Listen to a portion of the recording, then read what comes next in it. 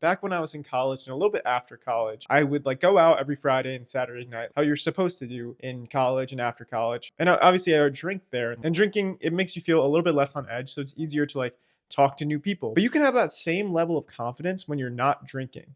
You just have to work harder at developing that. Because the thing is, like, when you're drinking, that's still you, right? You could still make those actions and decisions when you're not drinking. So for example, like approaching someone you're attracted to. If you had the guts to do it while you're sober, you could just walk up to them, start a conversation. So it's like you could just be that version of yourself. And I've worked hard to develop the skills of like starting conversations, meeting new people in my day-to-day life because I kind of had to. I moved to Los Angeles and I didn't really know too many people here. So like I was like, okay, I need to start meeting people.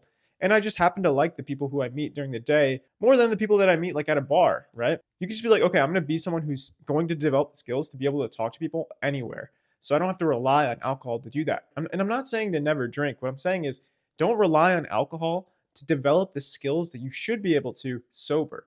Because if you're relying on alcohol to develop those skills, then you'll always need the drink to do it. You know what I mean? You'll always need something external. Let's say you're at a park and you want to start a conversation. You're not going to go to the nearest bar, chug a drink, run back and start the conversation. So it's like if you develop the skills when you're sober, you could do it anywhere. You could just take that ability with you anywhere. If you're having trouble starting conversations, you can watch my other videos. But one way to do that is by using my chat framework, which basically you just comment on what's around you, highlight something about yourself, assess if the other person's interested, and then toss it back to the other person by asking a question. It's also the fact that you won't be hungover if you don't drink. And I personally think you're way more likely to meet similar people during the day, like doing an activity that you actually like rather than at a bar.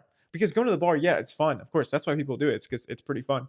But like having something that you're really passionate about, like let's say it's making videos, if that's affecting something that you really want to do, then it may not be worth it. I personally like stopped going out that much. I go out every once in a while, but it's like I don't want to affect things that I love doing. I do like going to the bar, having a couple of drinks, hanging out with my friends, but it's like I love making videos. So it's like I'm not going to sacrifice that so much. I'm not going to sacrifice so much of the ability to make videos for just having a couple of drinks at the bar. Sometimes you have to sacrifice the things you like for the things you love. And again, I'm not saying I'm never going to have a drink again. I do go out every once in a while, but it's like it's got to be worth it. Like really ask yourself, like, is this trade-off worth it? Because everything in life has a trade-off, whether you like it or not. A lot of times we look at things like in a vacuum. So it's like, oh, I want to have fun tonight. I should go drink with my friends. But it's like if you do that, then it will be harder to make a video tomorrow. And it's like, what's more important to you?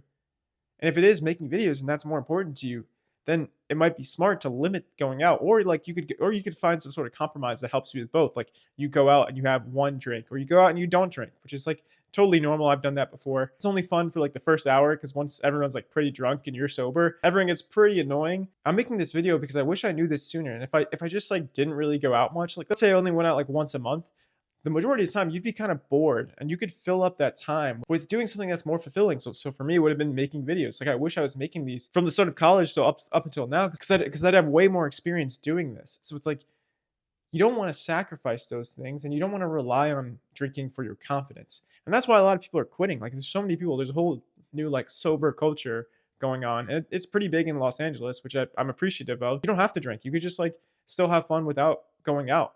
And I do like checking out a new bar or like going to like a speakeasy or like grabbing a drink with someone or going on a date and having a drink. Like I'm not saying these are bad things to do, but it's just like understand the trade-off and make sure you're willing to make that trade. Sometimes it is worth it to have a couple drinks and like really enjoy the moment. But a good portion of the time, it's like it's affecting something else that is important to you, right? Because if you have any big goals, being hungover will make it significantly harder to stick to the plan that leads to those big goals. And like a lot of big goals are just it's just your daily habits. It's just like the things that you do day to day. Like if you posted a video every day for a year, then like chances are you'll probably have thousands of subscribers, right? You'll be making somewhat of an income from YouTube. And listen, making changes in your lifestyle is never going to be easy, but I think it'll be worth it. Life's not easy, but it's worth it. Take care.